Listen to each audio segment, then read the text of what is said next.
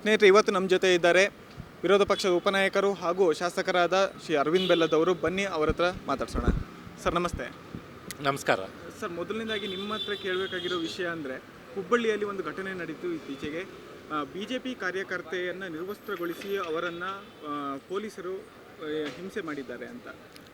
ನೋಡಿರಿ, ಕರ್ನಾಟಕದಲ್ಲಿ ಏನು ಇದು ಘಟನೆ ಆಗೈತೆ, ಒಬ್ಬ ಮಹಿಳೆಯರನ್ನ ವಿವಸ್ತ್ರ ಮಾಡಿ ಅವಳನ್ನ ಠಾಣೆಗೆ ಎಳೆದುಕೊಂಡು ಹೋಗುವಂಥ ಘಟನೆ ಆಗೈತಲ್ಲ, ಇಡೀ ನಾಗರಿಕ ಸಮಾಜ ಘಾತ ಆಗುವಂಥ ಬೆಚ್ಚಿ ಬೀಳುವಂಥ ನಾಚಿಕೆಯಿಂದ ತಲೆ ತಗ್ಗಿಸುವಂಥ ಕೆಲಸ ಆಗೈತೆ.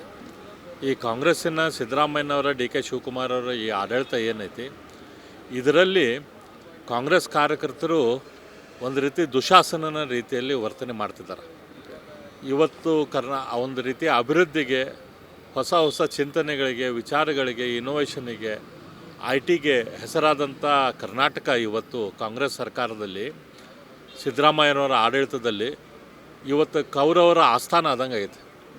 ಕೌರವರ ಆಸ್ಥಾನದಲ್ಲಿ ಹೆಂಗೆ ಮಹಿಳೆಯರಿಗೆ ಸನ್ಮಾನ ಇದ್ದಿದ್ದಲ್ಲ, ಗೌರವ ಇದ್ದಿದ್ದಲ್ಲ, ಯಾವ ರೀತಿ ದ್ರೌಪದಿಯ ವಸ್ತ್ರಾಪರಣ ಆಗಿತ್ತು, ಆ ರೀತಿಯ ವಸ್ತ್ರಾಪರಣ ಇವತ್ತು ಸಿದ್ದರಾಮಯ್ಯನವರ ಈ ಸರ್ಕಾರದಲ್ಲಿ ಆಗೈತೆ. ಒಬ್ಬ ಮಹಿಳೆ ಕಾಂಗ್ರೆಸ್ಸಿನ ಕಾರ್ಪೊರೇಟ್ರಿಗೆ ಸ್ವಲ್ಪ ವಿರುದ್ಧ ಮಾತಾಡಿದಾರೆ ಅನ್ನುವಂಥ ಏಕೈಕ ಕಾರಣಕ್ಕಾಗಿ ಇವತ್ತು ಅವಳನ್ನ ಹಾಡೋ ಹಗಲ ರಾಜಾರೋಷವಾಗಿ ರಸ್ತೆಯಲ್ಲಿ ವ್ಯವಸ್ಥೆ ಮಾಡಿ ಪೊಲೀಸರು ಎಳ್ಕೊಂಡು ಹೋಗ್ತಾರಂತಂದ್ರೆ ಯಾವ ಹಂತಕ್ಕೆ ಇಲ್ಲಿ ನಮ್ಮ ರಾಜ್ಯ ಬಂದ್ಬಿಟ್ಟೈತಿ ನೀವು ತಿಳ್ಕೊರಿ. ಒಂದು ಪೋಸ್ಟರನ್ನು ನಮ್ಮ ಮನೆ ಮುಂದೆ ಯಾಕೆ ಹಾಕಿರಿ ಅಂಥೇಳಿ ತೆಗೆದಾರ ಅನ್ನೋದಕ್ಕೆ ಗುಂಡು ಹಾರಿಸಿ ಸಾಮಾನ್ಯ ಜನರ ಮೇಲೆ ಕೊಲ್ಲುವಂಥ ಕೆಲಸ ಈ ಕಾಂಗ್ರೆಸ್ ಕಾರ್ಯಕರ್ತರು ಮೊನ್ನೆ ಮಾಡಿದ್ದು ನಾವು ಬಳ್ಳಾರಿಯಲ್ಲಿ ನೋಡಿದ್ದೇವೆ. ಅದಕ್ಕಿಂತನೂ ಮೀರಿ ಇವತ್ತು ಕಾಂಗ್ರೆಸ್ ಕಾರ್ಯಕರ್ತರು ತಮ್ಮ ವಿರುದ್ಧ ಮಾತಾಡಿದ್ದಾರೆ ಅನ್ನೋದಕ್ಕೆ ಮಹಿಳೆಯನ್ನು ವಿವಸ್ತ್ರ ಮಾಡಿದ್ದಾರೆ ಅಂತಂದರೆ, ಇದರಂಥ ಘಾತಕ ವಿಡಿಯೋ ನೋಡಿದ್ರೆ ಮೈಯೆಲ್ಲ ಜುಮ್ ಅನಿಸುತ್ತೆ ನಮ್ಗೆ. ನಮ್ಮ ರಾಜ್ಯದಲ್ಲಿ ಇದು ಆಗಿದೆ ಅನ್ನೋ ಅಂಥೇಳಿ ನಾವು ಕೇಳ್ಕೊಳ್ಳೋಂಗಾಗೈತೆ. ಇದರ ಸಂಪೂರ್ಣ ಜವಾಬ್ದಾರಿ ಮುಖ್ಯಮಂತ್ರಿ ಸಿದ್ದರಾಮಯ್ಯನವರು. ಇವತ್ತು ಅವರು ಆ ಘಟನೆ ಆದಂಥ ಊರಲ್ಲೇ ಅದಾರ. ಹಾಗಾಗಿ ಅವರು ಅಲ್ಲಿ ಹೋಗಿ ಆ ಮಹಿಳೆ ಕ್ಷಮಾಪಣೆ ಕೇಳಬೇಕು. ಅವ್ರ ಕಾಲು ಮುಟ್ಟಿಗೆ ಕ್ಷಮಾಪಣೆ ಕೇಳಿದ್ರು ಕೂಡ ಏನದ ತಪ್ಪಲ್ಲ. ಯಾಕಂದರೆ ಅವ್ರು ಕೊಟ್ಟಂಥ ಕುಮ್ಮಕ್ಕಿನ ಕಾರಣದಿಂದ ಈ ರೀತಿಯ ಘಟನೆಗಳು ಇವತ್ತು ಆಗಿದಾವೆ.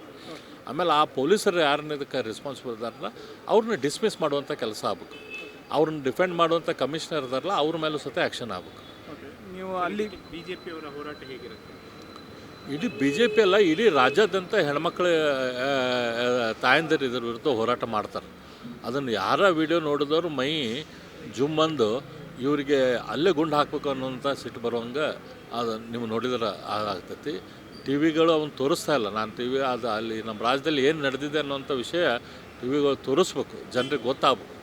ಸರ್, ಕಾಂಗ್ರೆಸ್ ಕಾರ್ಪೊರೇಟರ್ನ ಮಾತು ಕೇಳಿ ಆ ಥರ ಹಲ್ಲೆ ನಡೆದಿದೆ ಅಂತ ಮಾತಿದೆ. ಹೌದು 100%. ಅವ್ರ ಮೇಲೆ ಏನು ಕ್ರಮ ಕೈಗೊಳ್ಳುತ್ತೆ? ಅವ್ರ ಮೇಲೆ ಕ್ರಮ ತೆಗೆದುಕೊಳ್ಬೇಕು ಸರ್ಕಾರ.